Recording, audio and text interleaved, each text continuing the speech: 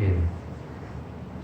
자, 그러면 오늘 욥기 15장 엘리바스라는 사람이 욥에게 대답했던 내용을 가지고 살펴보도록 하겠습니다. 제가 그 개인이나 또 가정과 일대일로 양육하는 시간을 종종 가지게 되는데요. 제가 신앙에 대한 질문을 할 때 제일 먼저 이제 하는 질문이 있습니다. 그것은 뭐냐면 왜 당신은 예수님을 믿습니까? 라고 물어보는 겁니다. 한번 스스로 한번 질문을 해보세요. 나는 왜 예수님을 믿지? 누가 그렇게 질문을 한다면 여러분은 무엇 때문이라고 이렇게 대답을 하시겠습니까? 사실 우리는 뭐 너무나 당연히 뭐 예수님 뭐 사랑, 은혜 이런 얘기를 물론 하지만 그러나 그것이 정말 저 자신이 갖고 있는 실제적인 대답인가를 한번 살펴보게 되면 때로는 아닌 경우가 많이 있는 것을 보게 됩니다. 때로는 과거에는 이런 이유가 있었는데 시간이 지나면서 이유가 바뀌는 경우도 있고요. 또 어떤 경우에는 처음부터 예수님을 믿긴 믿는데 이유가 다른 사람도 있습니다. 그래서 우리는 다 그렇게 다 성경이 말하는 이유 때문에 믿는 것처럼 보이지만 실상은 아닌 경우가 많다는 거죠. 그래서 우리는 우리의 믿음, 신앙, 삶이 무엇을 근거로 이렇게 세워져 있는가, 무엇을 근거로 내가 이 믿음의 자리에 서 있는가를 꼭 한번 점검해 볼 필요가 있습니다. 아니, 저는 개인적으로는 한 1년에 한 번쯤은 여러분이 다시 확인하시고 또 확인하시고 확인해 보입니다. 우리 목회자들한테는 마찬가지로 왜 내가 목회를 하고 있지? 내가 이렇게 목사로 사역하는 이유는 뭐지?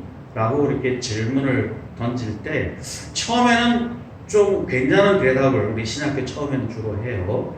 그러나 여러 가지 삶의 과정을 거쳐가면서 사람이 변해가고 있습니다. 차이가 생기게 돼요. 두 가지 관점이 있을 수 있는데 처음부터 잘못된 자세를 갖고 이유를 갖고 시작한 사람도 물론 있을 거고 또는 많은 경우에는 처음에는 올바른 목적과 과정을 가졌다 손치더라도 시간이 지나면서 바뀌게 되는 경우가 많습니다. 그랬을 때 어떤 게 진짜일까요? 내가 예수님 믿는 이유가 중간에 바뀌는 것이 진짜일까요? 아니면 처음부터 잘못된 이유 때문에 믿는 게 진짜일까요? 중요하지 않습니다. 무엇이든지 중요하지 않아요. 제가 항상 말씀드리는 건 뭐냐면 신앙은 항상 현재라고 말씀드렸어요. 지금이 중요해요. 지금. 과거에는 좋은 대답을 갖고 있었지만 지금 아니라면 그 사람은 아닌 거예요. 과거에 아닌 사람이라면 지금은 당연히 아닐 수 있죠. 사실 예수님의 비유도 그런 얘기가 있는데 오늘 지금 내 대답이 무엇인가가 훨씬 더 중요합니다. 과거에 아니었다 할지라도 지금이면 돼요. 지금 내가 올바른 대답을, 올바른 믿음의 기초를, 올바른 삶의 인격을 가지고 있으면 충분합니다. 중요한 것은 과거가 아니에요. 지금 내가 무엇을 갖고 있느냐. 물론 미래도 아닙니다. 오늘 우리 백권주 집사님이 기도해 주신 내용에 포함이 되어 있습니다만 하나님은 항상 지금 오늘 네가 가진 대답은 무엇이냐에 관심이 있습니다. 사실 과거도 우리의 관념, 우리의 머릿속에 있고요. 미래도 다 우리 머릿속에 있는 것들이에요. 사람은 현재를 살다가 현재에서 떠나면 끝이에요.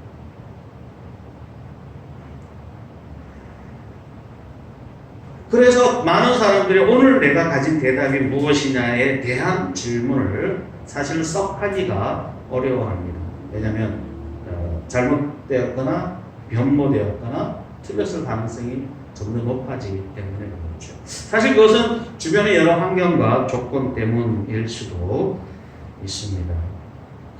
그래서 어쩌면 우리가 오늘 내가 갖고 있는 신앙의 이유, 대답의 이유가 또 저 무엇을 근거로 갖고 있는지, 어떤 걸 가지고 있는지에 대한 차이들이 사실은 많이 우리가 혼란스럽게 되고 또 어쩌면 그것을 잘 추적해서 살펴보는 지혜가 필요한 거죠.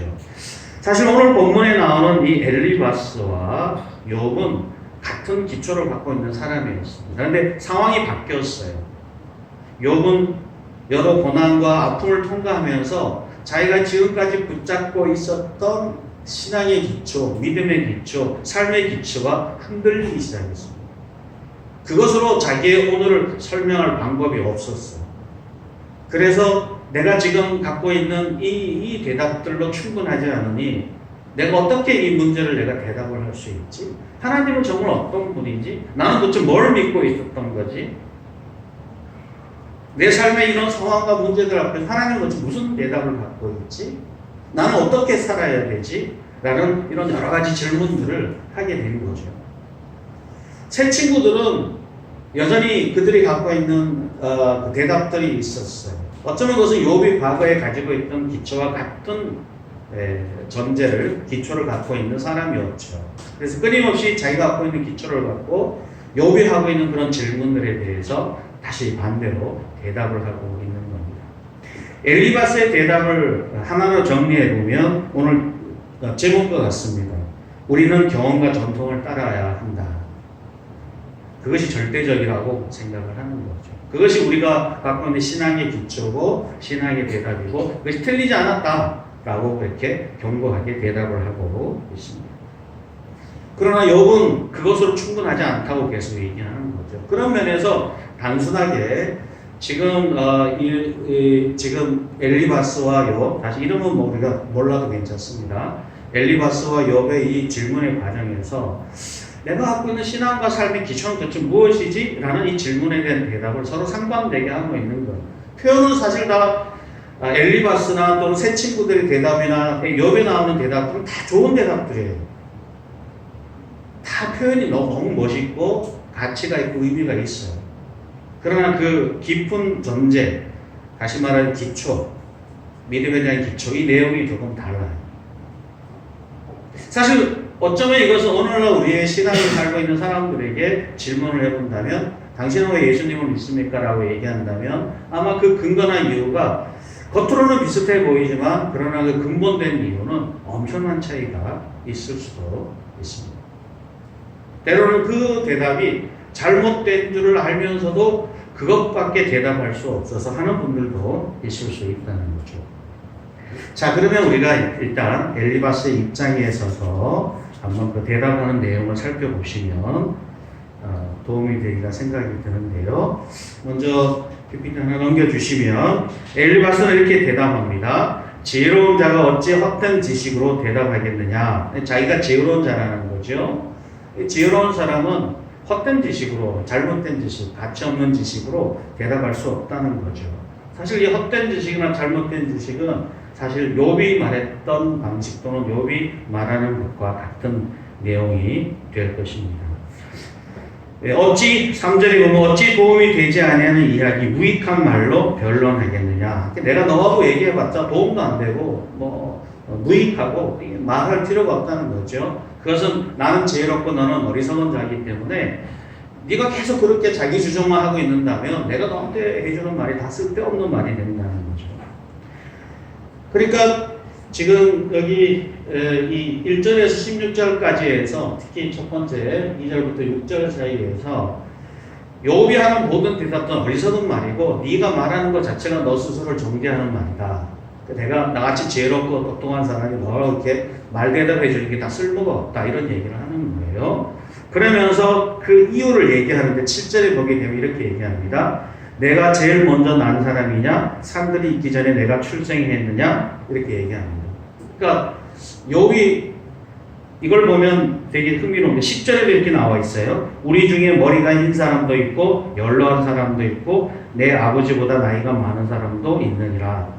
우리 한국에서 얘기하다가 밀리면 뭘 따지죠? 나이를 따지죠. 야, 내가 네보다 나이 많은데 네가 뭘 안다고 그래? 라고 이렇게 얘기를 합니다.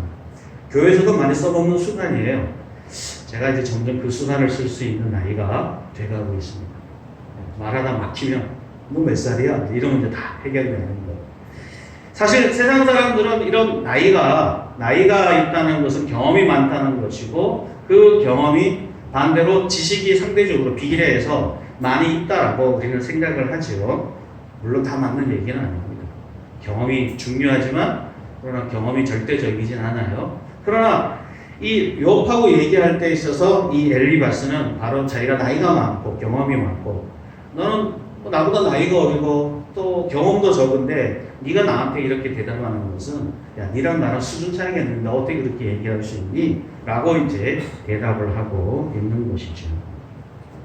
사실 이런 대답은 욥이 사실은 말을 잘 받아주지 않았기 때문에 그렇습니다. 욥이 그를 존중해주고 인정해주고 들으려고 귀를 기울였으면 굳이 이렇게까지 얘기할 필요가 없는데 이렇게 잘 말을 안 들어주고 자꾸 막 되먹게 행동을 하고 삐딱하게 나가니까 이제 엘리바스는 자기가 갖고 있는 장점을 생각을 해봤어요.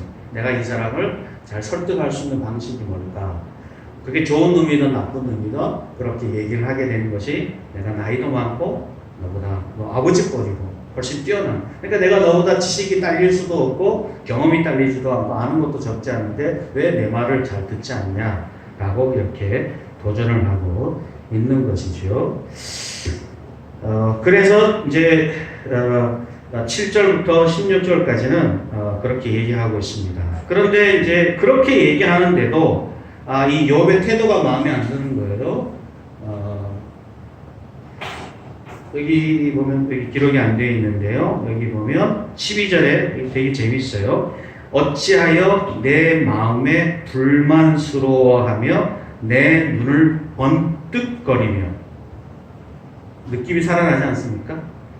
야, 왜 근데 너는 마음이 그렇게 삐딱하게 말하고 눈이 번뜩거리며 흘리냐? 내 영이 하나님께 분노를 터뜨리며 내 입을 놀리느냐? 이렇게 얘기합니다. 그러면서 이제 말하는 것이 이제 매우 흥미로운데 뭐냐면 하나님 앞에 모든 사람은 다 죄인이다. 우리는 다 죄인이다. 그러니까 하나님이 우리를 심판하시고 징계하시고 하시는 것이 우리는 아무 할 말도 없다. 만약 우리의 삶 속에서 하나님의 저주와 심판이 있다면 그것은 우리의 죄에 대한 하나님의 저주의 심판이니까 우리 아무 말 하지 말고 하나님의 저주의 심판을 있는 그대로 받아들여야 된다 라고 얘기하는 겁니다. 이걸 조금 더 강조해보면 일종의 운명론, 숙명론 같은 얘기가 되는 거죠. 우리는 거기에 항변할 수 없다. 하나님이 행하신 일에 대해서 우리는 항변할 수도 없고 반항할 수도 없고 그냥 드러난 결과에 대해서 우리는 단지 있다 없다를 판별하는 수밖에 없다. 안 좋은 일이 있으면 하나님의 죄에 대한 심판이고 좋은 일이 있으면 하나님의 은혜를 베푸시는 것이다 라고 판별하는 것 외에는 방법이 없다. 이것은 절대적인 것이기 때문에 여기에 대해서 뭔가 말하고 하는 것은 우리가 태도가 잘못된 것이 이것이 우리의 삶의 여러 경험과 또 여러 삶의 형편을 통해서 우리가 깨닫게 되는 사실이다. 이건 절대적이다 라고 이렇게 얘기합니다. 그래서 인간의 가치를 아주 땅바닥에 낮추는 거죠. 여러분은 어떻게 생각합니까? 이렇게 말하는 엘리바스의 그 결론에 대해서 여러분은 잘 받아들일 수 있을까요?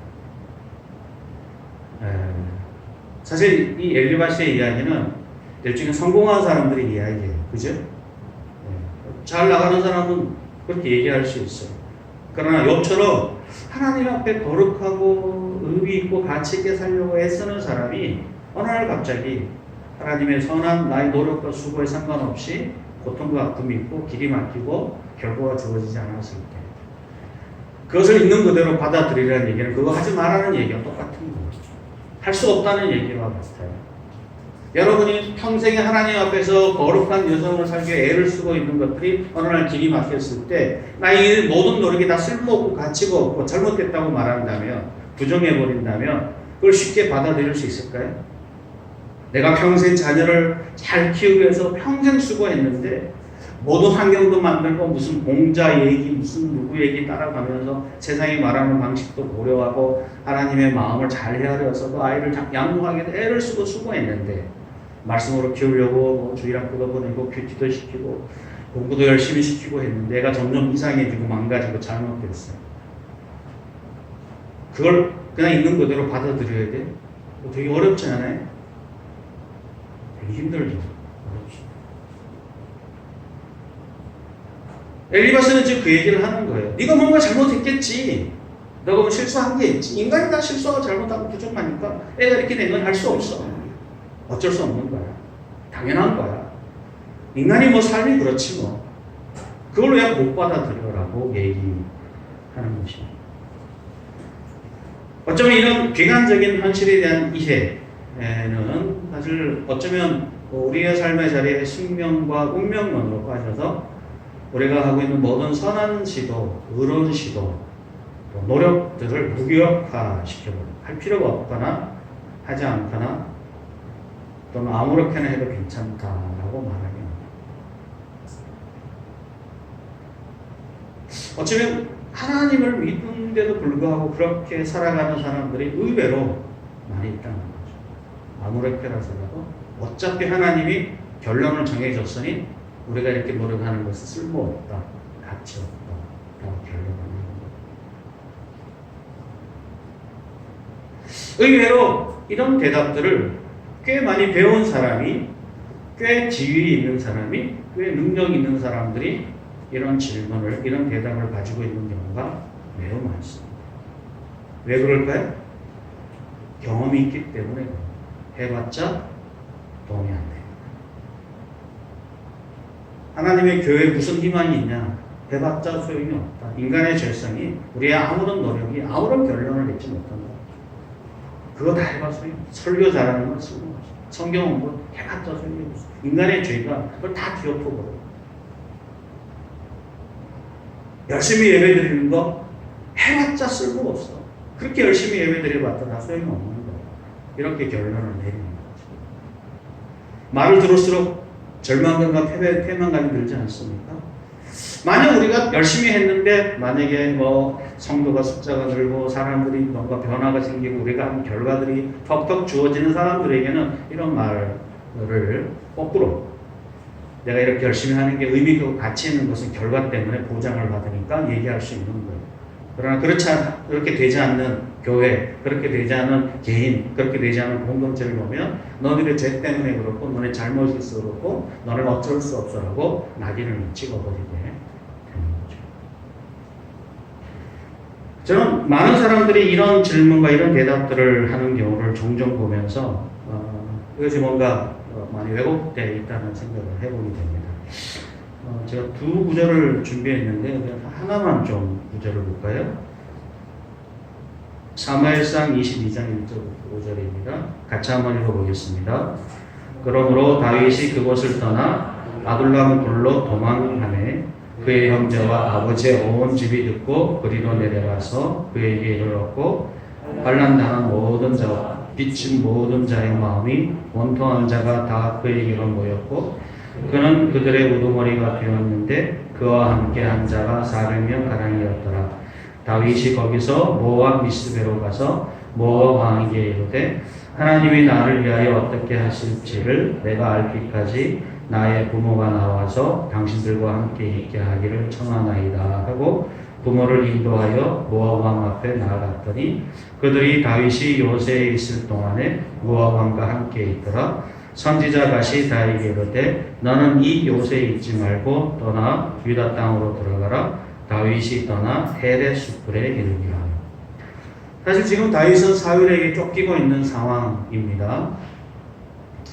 그래서 혼자 막 도망가고 있다가 여기 보면 유명한 구절이죠. 다윗이 아둘람이라는 곳으로 도망을 쳤는데 그때 산적 두목이 됐습니다. 그의 형제와 그 아버지의 온 집이 듣고 내려가서 그의 이르게 됩니다. 그러니까 그 아둘람 굴에 그의 형제, 아버지 온 집, 그러면 그 지파 사람이잖아요. 자기 족속이라면 사람들이 다윗이 그게 피신 같다는 소식을 듣고 다 그쪽에 모였는데 이때 사람이 다 이렇게 환난을 당한 모든 사람, 빚진 모든 사람, 원통한 사람이 다 모였는데 거기가 400명이 모였다라고 그 유명한 아둘람 공동체라고 얘기하는 곳이죠. 사실 여기 모인 사람들은 다 다윗과 관련된 사람들이고 다윗을 사울이 핍박했을 뿐 아니라 다윗과 그의 가족들을 다 핍박하기 이릅니다. 다윗은 여기 전까지 사울의 초창기에는 되게 인정을 군대 장관이 되었습니다. 그 부족이나 그의 가족들에게 성공한 사람이죠. 군대 장관이 되었으니까 한 나라의 군대 장관이 됐으니까 뭐 작은 주의가 아니잖아요. 그래서 사람들이 막 모여들고 칭찬을 하고 환호성하고 지금 같으면 뭐 마을에다가 천수막 걸고 다윗 군대 장관이 되다 뭐 이렇게 칭찬도 그랬을 것 같아요. 그런데 다윗이 반대로 이제 어려움을 겪게 되니까 다윗과 그의 가족들 또는 친족들이 다 핍박의 대상이 되는 거예요. 그러니까 뭐 다윗에 따라서 다 달라지게 되는 거죠. 그러니까 이제 그런 사람들이 다윗이 아둘람이라는 장소에 도망갔다 그러니까 사울로부터 핍박받는 사람은 다 거기에 이제 모이게 되는 거죠. 다 뭐 관계되는 사람이거나 아니면 또 직접 혈족은 아니더라도 사울에게 반감이 있거나 또 사울로부터 어려움을 당하는 여러 사람들이 다 함께 모이게 된 것입니다. 그러다가 어디로 가냐면 이제 모압으로 가요. 모압에 가니까 그의 부모님이 거기 피신하고 있었거든요. 그래서 모압 왕에 가서 같이 지냈습니다. 사실 모압 왕 입장에서는 다윗은 한 나라의 군대 장관이 되어서 과거에 다윗이 만만이면 사울이 천천이다라고 얘기할 정도로 되게 실력 있는 군인입니다. 그것도 용맹한 400명을 데리고 왔어요. 그러니까 모압 입장에서는 다윗이 자기 편을 들고 자기와 함께하면 얼마든지 훌륭한 모압의 왕위를 지키고 또 심지어는 이스라엘을 사울을 공격할 수 있는 빌미로 가질 수 있는 상황이 됐습니다. 그런데 흥미로운 것은 그런데 다윗이 모압에 머물러 있지 않고 아마 모압은 붙잡았겠지만 오히려 다시 유다 그 핍박받는 자리로 들어갑니다. 이유는 무엇입니까? 바로 선지자 갓이 다윗에게 권고했기 때문에 그래요. 뭐라고 권고했습니까? 너는 이 요새에 있지 말고 떠나 유다 땅으로 들어가라 라고 말씀합니다. 다시 고난의 자리, 실패의 자리, 핍박의 자리, 어려움의 자리로 들어가라고. 그런데 유다는 이 다윗은 그 말을 듣고 그대로 따라 순종합니다. 이유가 무엇입니까? 사명이 있기 때문입니다. 하나님의 부르심이 있기 때문에 그런 거죠. 여러분 우리가 두 가지가 있는데 고난과 여러 가지 아픔을 겪을 때 하나는 우리가 왜 이런 고난과 아픔을 겪는지 모르고 닥치는 어려움이 있어요. 또 하나는 내가 이 고난과 어려움을 왜 하나님이 주시는지 알고 하는 고난이 있을 수 있겠죠. 다윗은 알고 겪는 거예요. 그런데 문제는 알고 겪는다고 해서 그걸 선택하는 게 쉬운 건 아니잖아요. 그죠? 고난을, 아픔을 선택한다는 것은 매우 어려운 거예요. 그래서 하나님의 부르심과 하나님의 약속이 있기 때문에 그 선택을 할 수 있는 거죠. 반대로 생각을 해보면 내가 왜 이런 고난과 어려움을 당하는지 모르지만 하나님의 부르심과 이유가 있겠지라고 믿음으로 받아들이면 같은 효과가 있게 되는 거죠.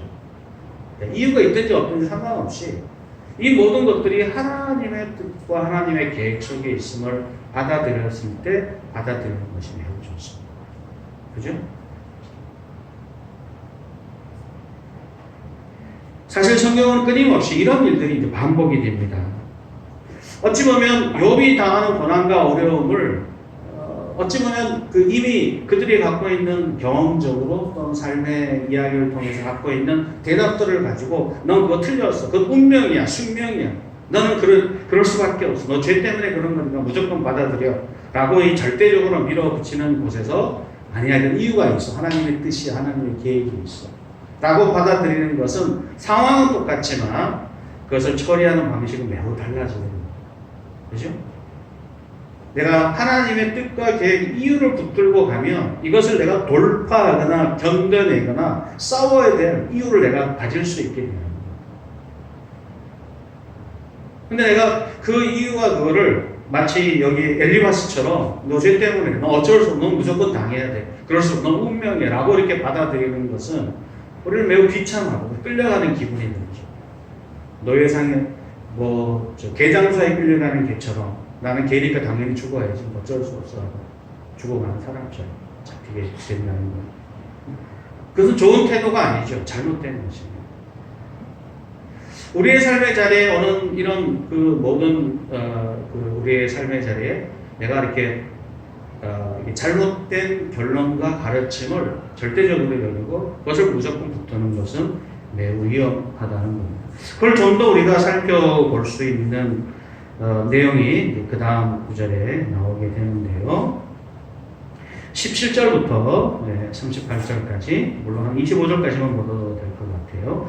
그래서 이제 17절에 보면 요의 친구였던 엘리바스가 이제 자신이 말하고 싶은 본래 메시지를 전합니다.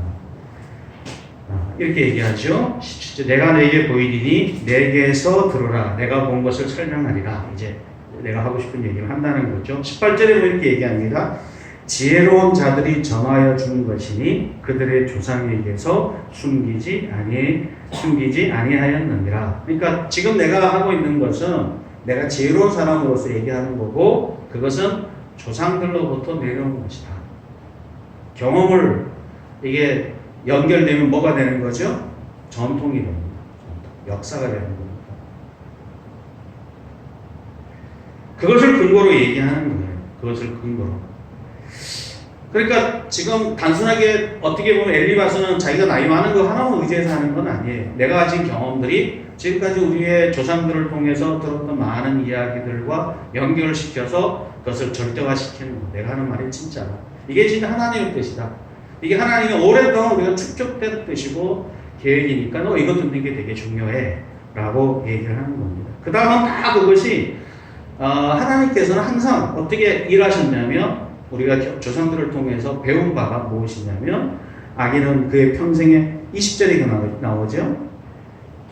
19절에 이렇게, 이 땅은 그들에게만 주셨으므로 외인은 그들 중에 왕래하지 못하느니라.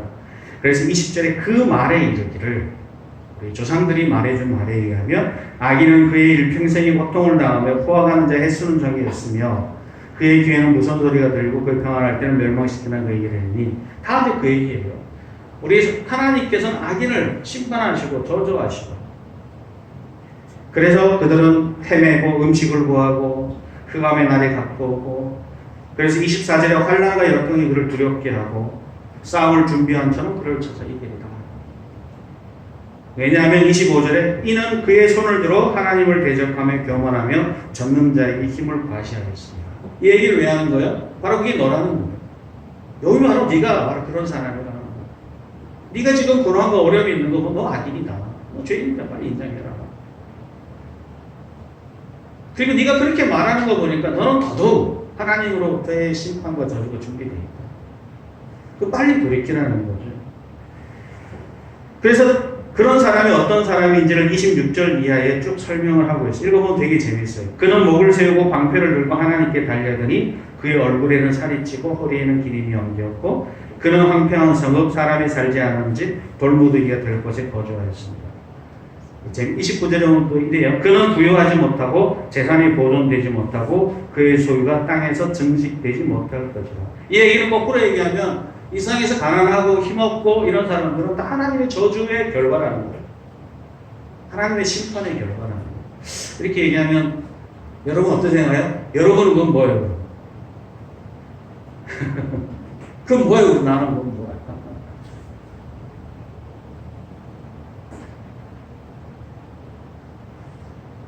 엘리바스의 입장에서 보면 대부분 가난하고 어려운 사람들은 배려하고 보호하고, 그런데 여전히 그들이 의인이고 하나님 앞에 온전히 살고자 함에도 불구하고 그게 사회적으로 조직적으로 가난해진 것이 아니라 그 하나님의 저주와 심판의 결과로만 설명을 하게 되는 것입니다.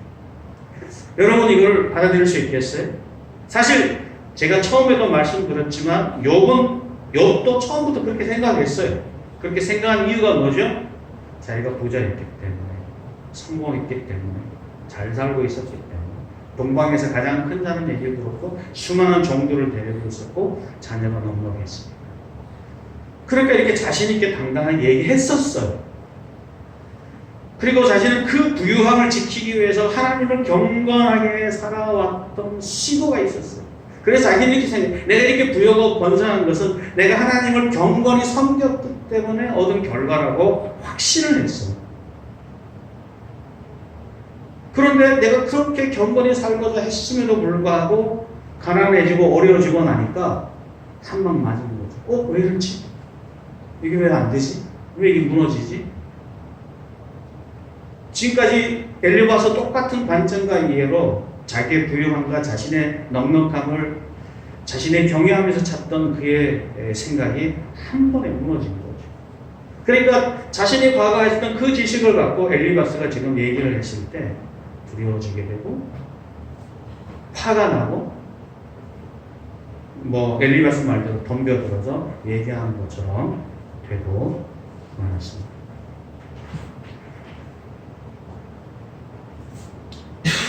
여러분은 어떻습니까? 여러분은 이 엘리바스의 이야기를 그대로 받아들인다면 만약 여러분이 나름 또 재산이 있고 또 학력도 있고 돈도 있고 건강하시고 가진 게 좀 있으시면 엘리바스의 이야기에 동의하기 쉬울 거예요.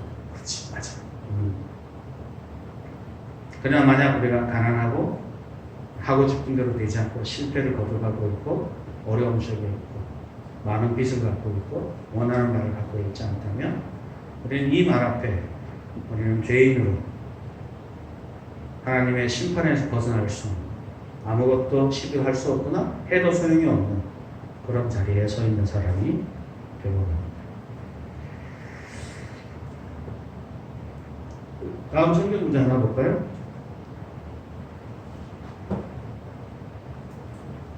같이 한번 읽어보겠습니다.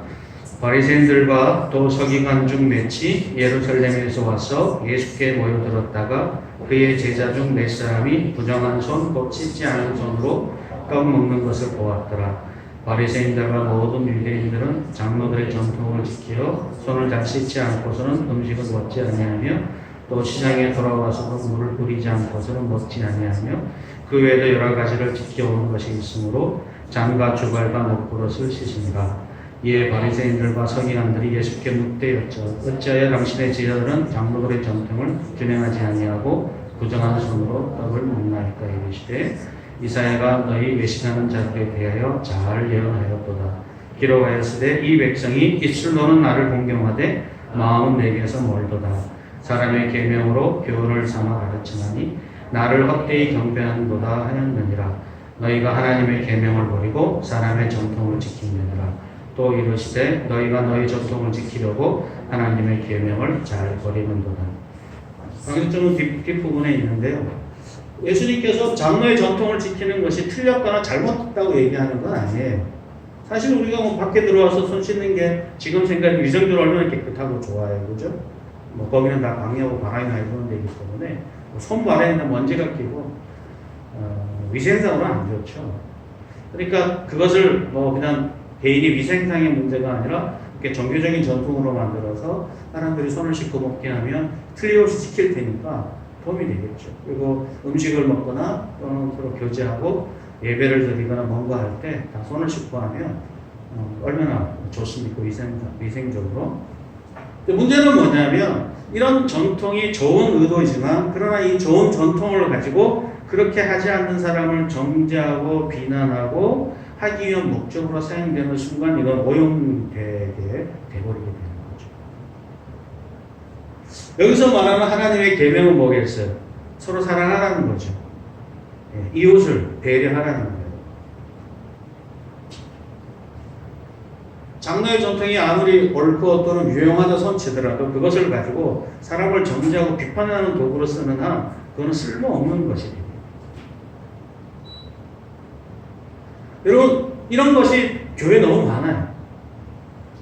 교회에 좋은 전통들이 있어요. 우리 좋은 경험들이 있어요. 다 훌륭하고 좋아요. 그 사람에게도 가치 있고 뭐 객관적으로 보면 그게 나쁘지 않은 거예요. 그러나 문제는 그것을 가지고 다른 사람들에게 또는 공동체에 적용을 할 때 다른 사람을 살리고 세우고 또는 위로하고 격려하기 위한 도구로 쓰는지 아니면 그것을 비난하고 비판하기 위한 도구로 쓰는지를 잘 보셔야 돼요. 사실 엘리바스가 말하는 말이 다 틀린 건 아니에요. 그걸 절대화만 안 시키면 돼요. 우리 인간은 죄인인 게 맞잖아요. 그 죄에 대한 하나님의 심판이 있어요. 사실 우리 속에 일어나는 많은 이 여러 가지 결과들이 하나님께서 그것을 엘리바스가 말하는 대로 절대적인 하나님의 의의 기준에 의해서 우리를 다 심판해서 죽인다 할지라도 우리는 사실 할 말이 없어요. 죄가 있는 건 사실이니까. 피할 수 없는 것도 사실이니까. 문제는 하나님이 그런 의로운 자기의 심판과 통치를 심판의 도구로만 쓰시는 거예요. 하나님이 그렇게 막대먹은 사람이냐 이거죠. 하나님은 어떻게 보면 노아 홍수의 심판을 통해서 말씀하시기를 하나님이 인간의 죄 때문에 사람을 심판하려고 한다면 이 땅이 남아나질 않으니까 내가 다음부터는 인간의 죄 때문에 물론은 심판하지 않겠다 하면서 무지개를 걸어서 약속하십니다. 인간의 죄 때문에 지구에 있는 모든 생물을 다 멸할 수는 없으니까. 그러려고 마음먹으면 하나님 시시때때로 하셔야 되니까 이건 불가능한 거예요. 하나님은 그걸 원치 않으셔요. 하나님의 인간의 죄에 대한 심판만을 고려한다면 이 말은 맞을지 엘리바스의 말은 맞을지만 하나님은 의로운 분이긴 하지만 또한 어떤 분이시죠? 사랑의 하나님이시고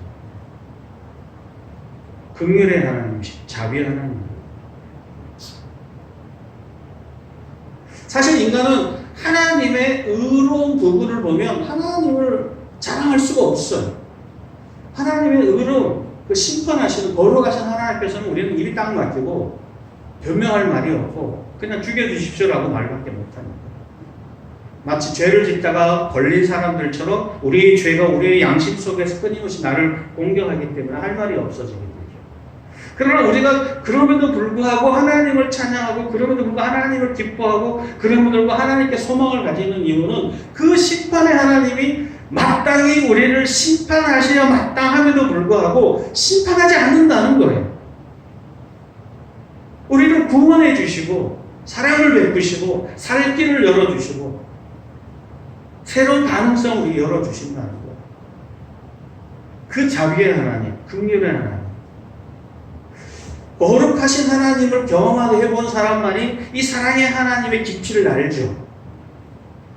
그 사랑의 하나님을 체험하는 사람들이 구약에는 그런 얘기가 많죠. 자비와 성지사심, 노하기를 더대하시고, 그죠?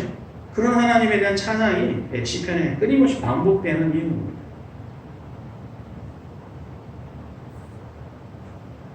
우리는 그 하나님을 어떻게 경외하고 섬길 것인가, 그 하나님을 어떻게 높이고 그 하나님으로 인한 그 기쁨과 즐거움을 우리 삶 속에서 회복하고 그것을 누릴 것인가를 우리의 삶의 경험을 통해서 많은 경험들이 생겨요. 그걸 전통으로 만들어 놓죠. 그걸 문화로 만들어 놓기도 해요.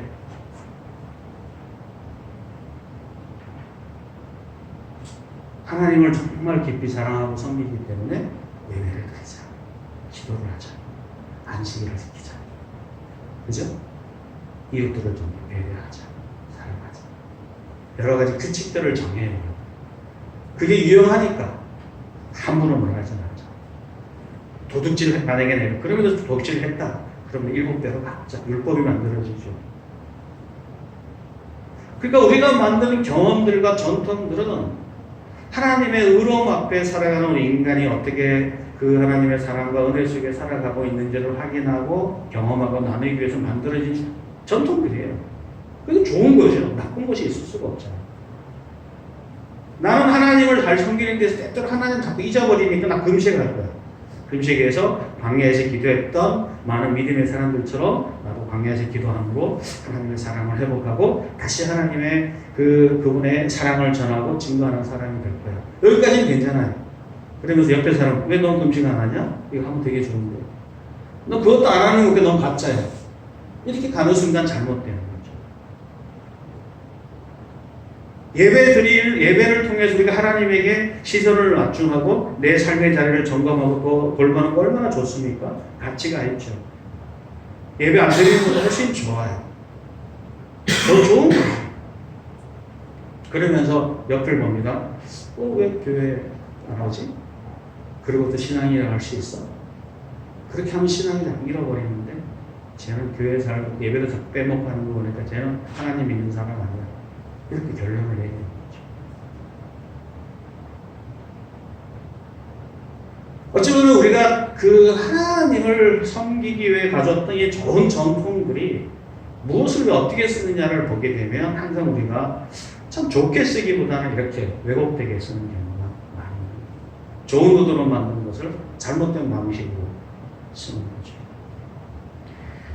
저는 이 전통과 경험을 일종의 가이드라고 말할 수 있습니다. 모든 사람에게 적용하거나 절대적인 틀로만 쓰지 않으면 돼요. 한 시대 또는 한 문화 또는 한 공동체에서 적용될 수 있는 겁니다. 그러나 이것을 강제하거나 또 이것을 하게 되면 오히려 그래서 하나님을 제한하는 도구가 됩니다.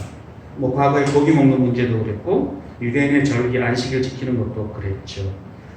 지금도 사실 많이 있습니다. 뭐 예를 들면 술 고기 먹는 문제, 술 담배 문제가 그렇고 고기 먹는 문제가 그렇고 예배 참여 문제, 헌금 문제, 전도, 금욕적인 여러 신앙의 수단들 이런 것들이 과거 한때 좋은 경험에 신앙의 전통으로 지금도 가지고 있습니다. 그걸 잘 활용하는 사람들이 있죠.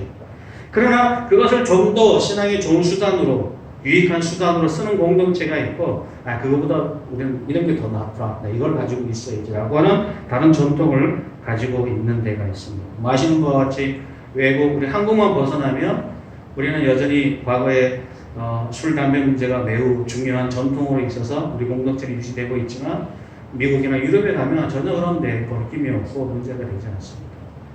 그러면 우리가 같은 기준으로 그 공동체가 예수 안 믿는 공동체인가요? 그렇지 않아요. 그렇게 보시면 됩니다. 사실 우리가 그런 차이들이 있기 때문에 우리가 서로 다른 전통과 다른 경험들을 가지고 있는 사람들을 한 공동체에 묶어서 신앙생활을 하기 너무 힘들어요. 서로 정죄하고 비판하고 그러니까. 좀 나누자. 그래서 만들어진 게 뭐예요? 교파예요, 교파. 감리교가 다르고 오순절이 다르고 우리가 달라요. 같이 붙어있으면 맨날 싸우게 돼요. 서로 막 어떤 사람은 오순절은 이단이라고 얘기하고 감리교도 이단이라고 얘기하는 사람이 있어요. 장로의 전통에 아주 굳게 서 있는 사람들. 너무 좀 과하죠? 그쪽에서 볼 때는 우리가 얼마나 완고하고 무례하다고 얘기할까요? 또는 같은 사상과 생각을 가지고 있지만 그러나 때때로 윤리적인 문제나 다른 문제로 서로 상처를 받고 어려움을 겪으면 마음에 상처가 있으니까 서로 함께하기 어려운 거예요. 그렇게 나눠진 게 뭐예요? 교단이에요, 교단. 같은 장로인데 서로 달라요. 우리 교회가 뭐 한 300명 되면 우리가 예를 들어 2표가 나눠 싸웠다 그러면 교회 나누는 게 좋아요. 같이 하면 더 좋긴 한데 한 마음이지 하나 하면 좋은데 서로 생각과 방향이 서로 다른다면 굳이 같이 할 필요 없어요. 나누면 좋죠. 150명씩 딱 나눠서. 교회도 괜찮아요. 왜냐하면 그것이 우리 인간이 갖고 있는 한계이기 때문에 우리가 갖고 있는 어려움이 있기 때문에 우리가 갖고 있는 죄성 때문에 그런 거예요. 그렇게 해서 만들어진 것이 현재 교회의 모습이라는 거죠. 여러분 그렇기 때문에 우리 각자가 이미 갖고 있는 신앙의 여러분이 갖고 있는 경험과 지식과 전통들을 붙들고 있는 것이 유익하고 또 그것이 가치 있다면 그것들을 우리가 사용할 때 저 사람과 나의 차이나 다름이나 또는 때때로 정죄하거나 비판하는 순간으로 사용하지 말고 어떻게 하라고요? 사랑하고 섬기고 배려하고 연약함을 붙여주는 그래서 서로 다름이 오히려 서로에게 유익이 되는 관계로 나타날 수 있도록 사용해야 되는 거죠. 사실 그게 은사의 정의이기도 하고요. 그게 하나님께서 공동체에 우리가 소속해야 될 이유이기도 하고요. 철이 철을 날카롭게 하는 것처럼 우리의 다름이 서로를 더 성장시키고 아름답게 만드는 수단이 되기도 합니다. 그래서 우리가 교회 마음에 안 든다고 가난 교회에 가서 혼자 예배드리고 그러면 되게 좋을 것 같은데 오히려 그것이 우리의 신앙을 깎아먹는 수단이 됩니다. 왜냐하면 내가 신앙을 성장할 이유를 찾을 수가 없어요. 좋은 설교 듣는다고 사람이 변화되나요? 천만의 말씀입니다. 그건 우리가 서로 경험하고 있잖아요. 제가 20년 동안 설교했는데 우리 아무도 안 변화됐잖아요. 그죠? 우리 아내는 지금 26년째 설교 듣는데 우리 애들도 머릿속 설교 듣는데 뭐 생각보다 잘 안 변해. 설교 때문에 변화됐다고 말할 수 없다는 거예요. 여러분도 제 설교 잘 듣는다고 변화될 가능성이 별로 없는 사람들이기에 확실하잖아요. 그죠? 아니라고 생각하시는 분은 네, 잘 안 변해. 그럴 정도로 우리의 인성과 우리의 죄성이 만만하지 않아요. 쉽게 변화되지 않아요. 그런 우리들이 모여서 그럼 어떻게 하면 우리가 신앙이 자라고 성숙할 수 있을까요? 단순히 설교 듣는 것으로 되지 않아요. 그죠? 하나님의 말씀 앞에 우리가 그걸 붙들고 서로 씨름하는 거죠. 비슷한 사람은 서로 다툴 일도 별로 없어요. 다르기 때문에 다투죠. 성격이 빠른 사람, 늦은 사람. 다양한 사람들이 모여서 서로 다투고 싸우는 거죠. 그 갈등과 긴장 속에서 우리는 자기를 돌아보게 되고 상대방을 어찌어찌 끌어안으려고 애를 쓰다 보면 내가 성장하지 않으면, 내가 자라지 않으면 그 사람은 안을 수가 없어서 자라는 거예요. 우리가 자녀들을 돌보다가 우리가 신앙의 깊이, 삶의 깊이가 자라잖아요. 아이를 위해 기도하고 붙들고. 엊그제 저희 어머니하고 통화를 했는데 수요일 날. 예. 어머니 어디 갔다 오셨, 수요일에 갔다 왔지? 그래, 기도, 간만에 가서 기도하셨다. 뭘 기도하셨습니까? 너를 위해 기도했지? 네, 끊임없이 제가 잘하든 못하든, 부족하든 아니면 꽤 잘하든 상관없이 저를 기도하시는 그 어머니의 기도는 그 기도의 응답으로 제가 변화되고 자라되고 새롭게도 되지만 그 아들을 위해 끝까지 붙들고 기도하는 우리 어머니를 신앙과 삶의 자리를 넉넉하게 만들어 주시고 깊이를 더해주게 도와주시는 거죠. 어찌 보면 우리가 다른 사람을 도와서 얼마만큼 그 결과를 그 사람이 변화하고 성장했느냐가 이 사람이 수고한 결과이기보다는 물론 그것도 있긴 하겠지만 그 사람을 내가 안으려고 이해하려고 함께 하기 때문에 어쩔 수 없이 강제로 우리의 마음과 생각을 넓혀서 성장한 우리 자신이 어찌 보면 순수한 혜택을 받은 사람이라고 할 수 있는 거죠. 그런 면에서 욥은 자기의 삶에 벌어진 이 이해할 수 없는 삶의 이 문제를 붙들고 강제로 그의 마음과 생각과 그리고 삶의 깊이, 하나님과 관계의 깊이를 확장하지 않으면 이 모든 것들을 이해하고 수용할 수 없는 이 과정을 통해서 그의 신앙은 자라갑니다. 강제로. 엘리바스는 그거 안 하는 거지. 하지 않고 이미 내가 갖고 있는 딱 기준으로 딱 잘라서 틀렸어. 너 죄인 이렇게 얘기하는 거죠. 아니 어쩌면 반대로 생각할 수도 있죠. 우리가 결과는 뭐 욥의 얘기만 나왔으니까 엘리바스도 그런 욥을 이해하고 수용하려고 하니까 어려움에 처해서 그가 나중에 뭐 기록은 안 돼 있지만 엘리바스도 그 과정에 욥이 성장한 만큼 나중에 성장했을 수도 있습니다. 우리가 잘 모르니까. 그러나 지금 현재로는 엘리바스는 자기 현재 경험과 또는 그 전통을 갖고 욥을 재단하고 평가하고 적절한 자리에서 있지 못하게 되는 거죠. 여러분은 어떻습니까? 여러분은 여러분이 갖고 있는 신앙, 하나님에 대한 지식, 하나님과의 만남과 경험의 지식을 가지고 여러분의 삶을 이해하고 여러분의 가치를 평가할 때 제대로 잘 이해하고 수용이 되나요? 좀 어려우시죠? 잘 안 되시잖아요. 상황 그대로 있잖아요. 그럼 이 상황을 수용하고 이해하고 받아들이려면 어떻게 해야 돼요? 여러분의 지식의 크기, 삶의 크기, 하나님과의 관계의 크기, 영적인 깊이를 더하지 않으면 여러분의 삶을 이해하거나 여러분의 삶에 닥친 문제를 수용하는 어려움이 있습니다. 그죠? 그런데 제가 아쉬운 것은 그런 의문과 질문이 있는데 멈춰버리는 거예요. 아무것도 하지 않고. 그러면 안 돼요. 욥처럼 이렇게 하시네요. 질문을 하시고 억울하시면 억울하다 얘기하시고 하나님 이럴 수 있습니까? 왜 제게 이런 어려움을 주십니까? 저 도저히 납득이 되지 않습니다. 이렇게 기도하시고 질문하시고 필요하면 책을 읽으시고 목회자한테 질문을 하시고 사람들한테 자기의 형편과 처지를 알려서 기도를 부탁하고 하셔야 돼요. 네? 그렇게 하셔야 여러분의 사고와 신앙과 삶의 자리가 커서 내 삶의 문제를 이해하고 수용하고 할 수 있어요. 여러분, 우리의 삶의 자리가 지금 조금 어려울 때 그걸 확장을 좀 시켜놔야 큰 어려움이 있을 때 조금 더 넓히기가 쉽지. 조금 한데 너무 큰 어려움이 닥친 걸 한꺼번에 확장하면 진짜 어렵거든요. 한꺼번에 하는 거. 그러니까 매일 우리가 하면 훨씬 더 좋죠. 꾸준하게 지속적으로 여러분이 하시면 여러분의 인생의 깊이만큼 여러분의 지식과 하나님에 대한 깊이와 삶에 대한 이해가 자라서 어쩌면 우리가 나이가 들수록 경험이 많을수록 그리고 우리가 가진 이 전통들이 어떻게 만들어진지를 이해하게 될 때 하나님에 대한 찬양과 감사가 있을 수 있습니다.